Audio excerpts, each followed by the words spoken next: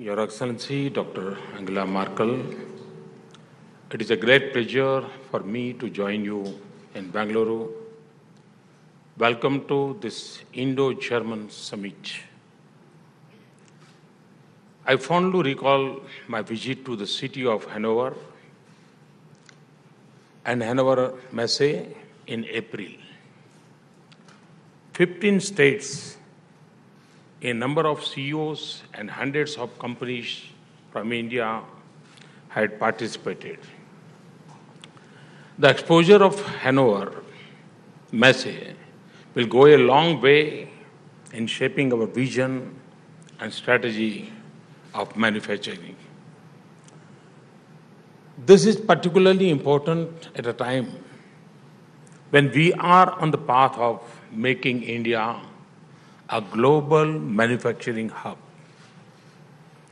Dr. Merkel and friends, there is a tremendous potential in India-Germany economic collaboration.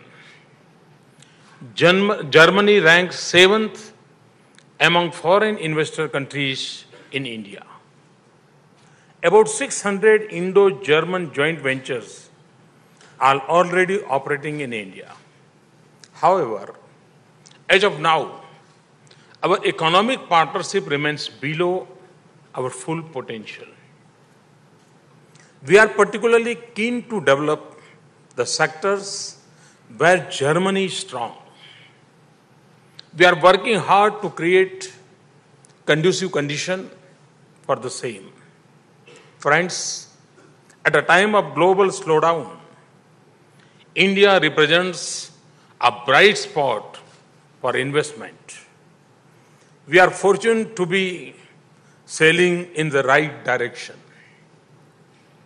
The recent data on global economic activity reinforces this assertion. However, we cannot afford to be complacent. We are committed to doing everything possible to convert this analysis into reality. With a very open and global mindset, we have worked aggressively in the last 15 months to make India an easy place to do business. We are committed to creating favorable conditions for business and industry because we believe that they are necessary for improving the lives of ordinary citizens in India. A recent study conducted with the help of the World Bank Group has brought out the urgency among our provincial governments on ease of doing business. They are moving hand in hand with the federal government in this direction in a true spirit of cooperative and competitive federalism. In fact, the provincial governments have now entered into a healthy competition among themselves to ensure that a transparent, predictable, and user-friendly regulatory mechanism is quickly put in place. Friends, one of the biggest challenges in India today is to productively employ your youth. For meeting this challenge, we need to provide a huge push to manufacturing, which has stagnated at around 16% of the GDP for several decades in India. This percentage must reach around 25% in the short and medium term. With this in view, we have launched the Make in India initiative. To make it a success, apart from vigorous implementation of measures for ease of doing business, we have fast-track approvals and clearances for industry and infrastructure. Transparent auction and allocations of spectrum, and of key natural resources like coal, iron ore, and other minerals in the last 15 months have created a level playing field for investors. We are aware that our domestic financial resources are not sufficient to meet our needs. Therefore, to enhance the flow of foreign investments, we have liberalized the foreign direct investment regime, allowing 100% FDI in railways, enhancing the FDI limit to 49% in defense and insurance. We have also refined our FDI policy for construction and medical devices. We have rationalized a number of other FDI-related policies issues, including bringing in the concept of composite sector caps for the FPIs and other investors. We are keen to build futuristic physical and social infrastructure. Through self-imposed discipline in the management of our financial resources, we have been able to allocate more resources for infrastructure sectors. In addition, we are setting up an India Investment and Infrastructure Fund. We have targeted an annual flow of rupees 20,000 crores, which is approximately 2.7 billion euros into this fund from our own resources. We are putting in place a professional team for asset management. We have also come up with the mechanism of tax-free infrastructure bond for projects in rail, road, and irrigation sectors. There were a number of regulatory and taxation issues which were adversely impacting on the sentiments of foreign investors. We have taken very decisive steps to remove a number of long-pending concerns of investors. To give you some examples, we have expedited regulatory clearances, including security and environmental clearances. Across the board, we have increased the validity period of industrial licenses. We have de-licensed a number of defense items and liberalized a number of restrictions like end-use certificate. We have increased the validity period of defense industrial licenses up to 18 years from 3 years. We have clearly articulated that we will not resort to retrospective taxation and reinforce this position by not going for imposition of minimum alternate tax on FPIs. We have notified the regulations for the alternative investment funds allowing foreign investments in such funds. We have rationalized the capital gain tax regime for real estate investment trusts. We have modified the permanent establishment norms. We have also decided to defer the implementation of the general anti-avoidance rules for 2 years. We have introduced the GST bill in Parliament. We are hopeful to roll it out in 2016. We are working on a new bankruptcy code. The Company Law Tribunal is soon going to be formed. We want to make sure that our tax regime is transparent and predictable.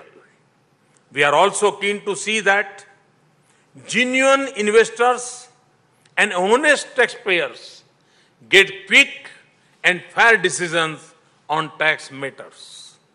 As a result, our initiatives, the sentiments for private investment and inflow of foreign investment have turned positive. The growth rate of our GDP is above 7%. FDI inflows have gone up by 40% compared with previous year's corresponding period. Many international financial institutions, including the World Bank, IMF, OEC, and others, are predicting even faster growth in the coming years. Moody's has upgraded the rating of India as positive. India has improved its ranking of investment attractiveness against 15 so far. Now we are at 9th place. India has also jumped 16 places on the World Economic Forum's Global Competitive Index after 5 years of decline in the list. Similarly, in a ranking of the top global destinations for greenfield investment, in the first half of 2015, India is at number 1. Foreign Policy magazine of USA has ranked India as number 1 FDI destination. Thus, just in 15 months, we have successfully restored the credibility of India in the eyes of global players. I have always said that government had no business to do business. Hence,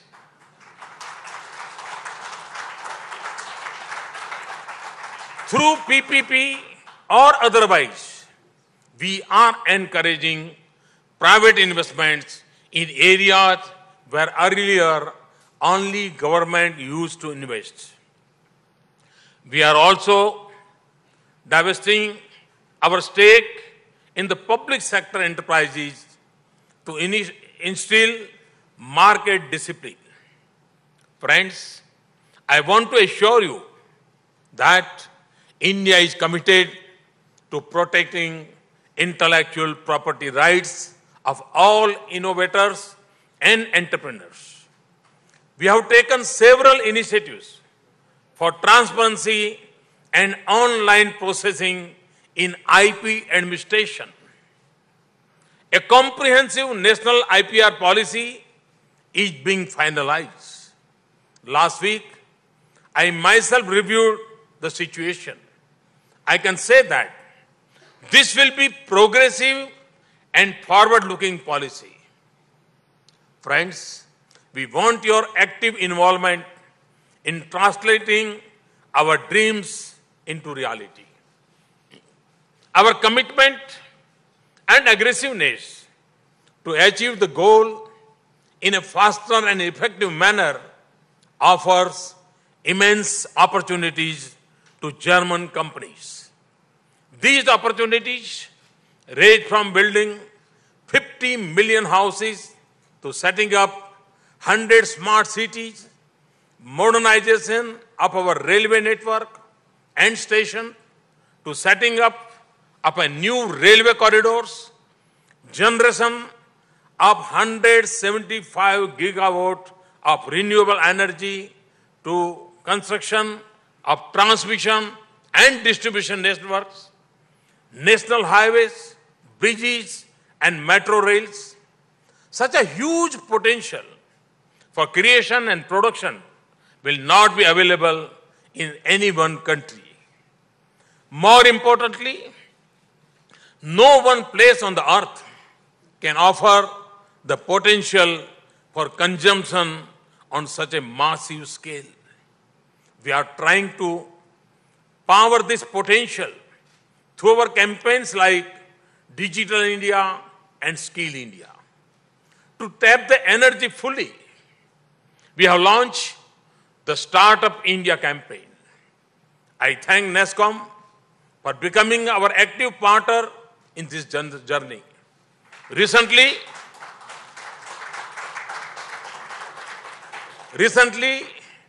We try to ignite this energy through an interface of our youth with ecosystem of Silicon Valley. India, in fact, is on the threshold of a big IT revolution. We are at the tipping point where technology is going to be leveraged to meet the aspirations of our 1.25 billion citizens.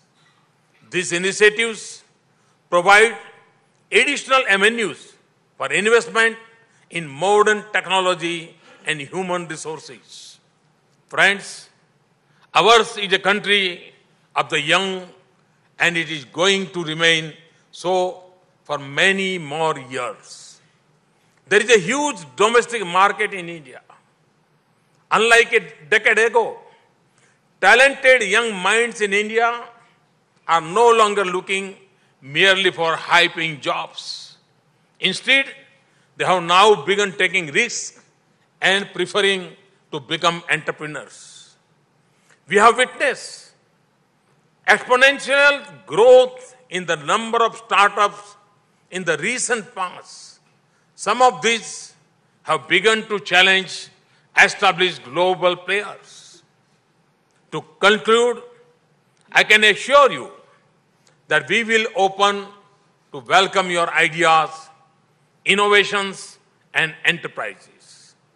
I had said in Hanover, and I am saying it again, that we are also open to carry out necessary corrections in our policies and procedures. I can say that never before India was so well prepared to absorb talent, technology, and investment from outside. To our understanding, the necessary condition to propel the Indian economy to a high growth trajectory do exist today. I am eagerly looking forward to working with you.